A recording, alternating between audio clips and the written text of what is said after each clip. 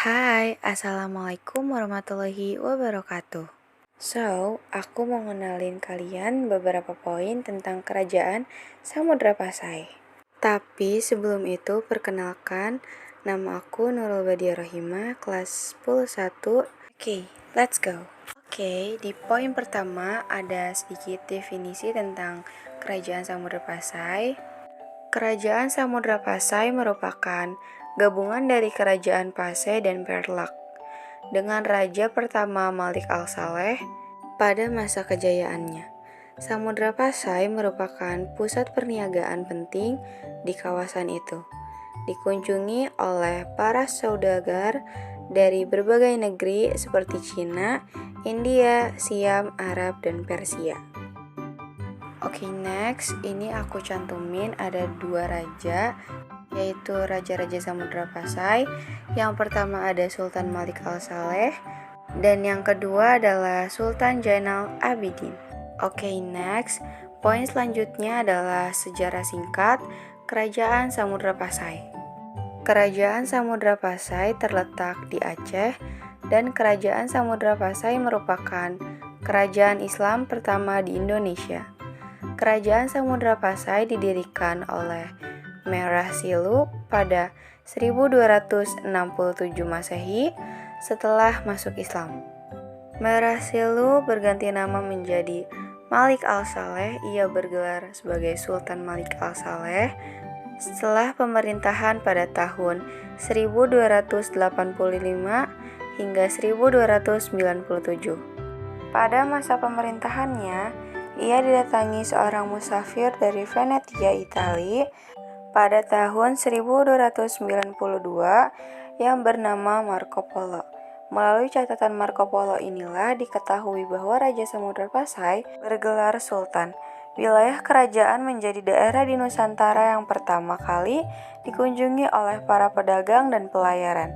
Hal ini dikarenakan letaknya yang sangat strategis di jalur perdagangan internasional, yakni di pesisir utara Sumatera, tepatnya di dekat kota Lok Sumawe, Aceh. Kerajaan Samudra Pasai berhasil mencapai puncak kejayaan pada pemerintahan Sultan Mahmud Malik Az-Zahir atau Sultan Malik At-Tahir. Oke, next, ini sedikit cerita singkat tentang masa kejayaan dari sebuah kerajaan Samudra Pasai. Samudra Pasai merupakan kejayaan di bawah pemerintahan Sultan Mahmud Malik Az-Zahir. Samudra Pasai berkembang menjadi pusat perdagangan internasional setiap tahun. Kerajaan Samudra Pasai mampu mengeksplor lada, sutra, kapur barus, dan emas dalam jumlah besar. Pada masa ini, pemerintahan Samudra Pasai terus menjalin hubungan dengan kerajaan-kerajaan Islam di India maupun di Arab. Di masa kejayaannya, Samudra Pasai mengeluarkan mata uang emas yang disebut dirham. Uang tersebut digunakan sebagai uang resmi kerajaan. Di samping itu, sebagai pusat perdagangan, Samudra Pasai juga merupakan pusat perkembangan agama Islam. Dengan letaknya yang strategis, Samudra Pasai berkembang menjadi kerajaan maritim. Selain itu, Kerajaan Samudra Pasai memiliki pengaruh di pelabuhan-pelabuhan penting seperti di Pidi, Perlak, dan lain-lain. Catatan sejarah Kerajaan Samudra Pasai, bukti-bukti arkeologis tentang keberadaan Kerajaan Samudra Pasai ditemukan melalui makam Raja-Raja Samudra Pasai di Kampung Gedong, Aceh Utara. Makam tersebut terletak di Desa Beringin, dekat reruntuhan bangunan pusat kerajaan.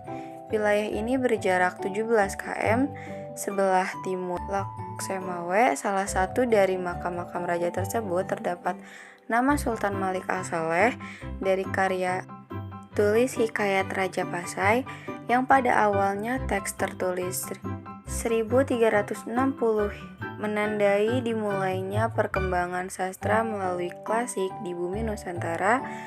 Dari catatan kunjungan Ibnu Battuta, utasan Sultan Delhi, Samudra Pasai merupakan pelabuhan penting dan istananya disusun dan diatur sesuai gaya India, sedangkan pelatihnya bergelar Amir.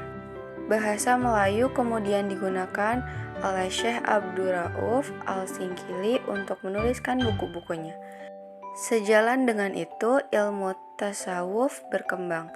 Di antaranya, buku tasawuf yang diterjemahkan dalam bahasa Melayu adalah Durul Al-Manzum, karya Maulana. Kitab tersebut diterjemahkan dalam bahasa Melayu oleh Makhdum Patakan atas perintah Sultan Malaka. Melalui kitab tersebut diinformasikan mengenai perkembangan Islam di Asia Tenggara pada waktu itu. Oke, next, ini adalah poin terakhir dari sejarah singkat Kerajaan Samudra Pasai, yaitu ada beberapa peninggalan-peninggalan Kerajaan Samudra Pasai. Yang pertama ada makam Sultanah Nahrasiyah yang sebelah kiri pojok bawah. Yang kedua makam Sultan Malik Al-Saleh, yaitu yang dari atas teks ini. Yang ketiga ada lonceng Cakradonya sebelah kanan bawah. Yang keempat ada dihram yang terbuat dari emas sebelah kiri atas. Dan yang terakhir ada hikayat raja-raja Samudra Pasai sebelah kanan atas. Oke, ini sudah dari terakhir slide. Maaf kalau misalkan ada penjelasan yang salah atau yang kurang. Aku Nurul Badirohima izin pamit dan terima kasih. Wassalamualaikum warahmatullahi wabarakatuh. Dadah.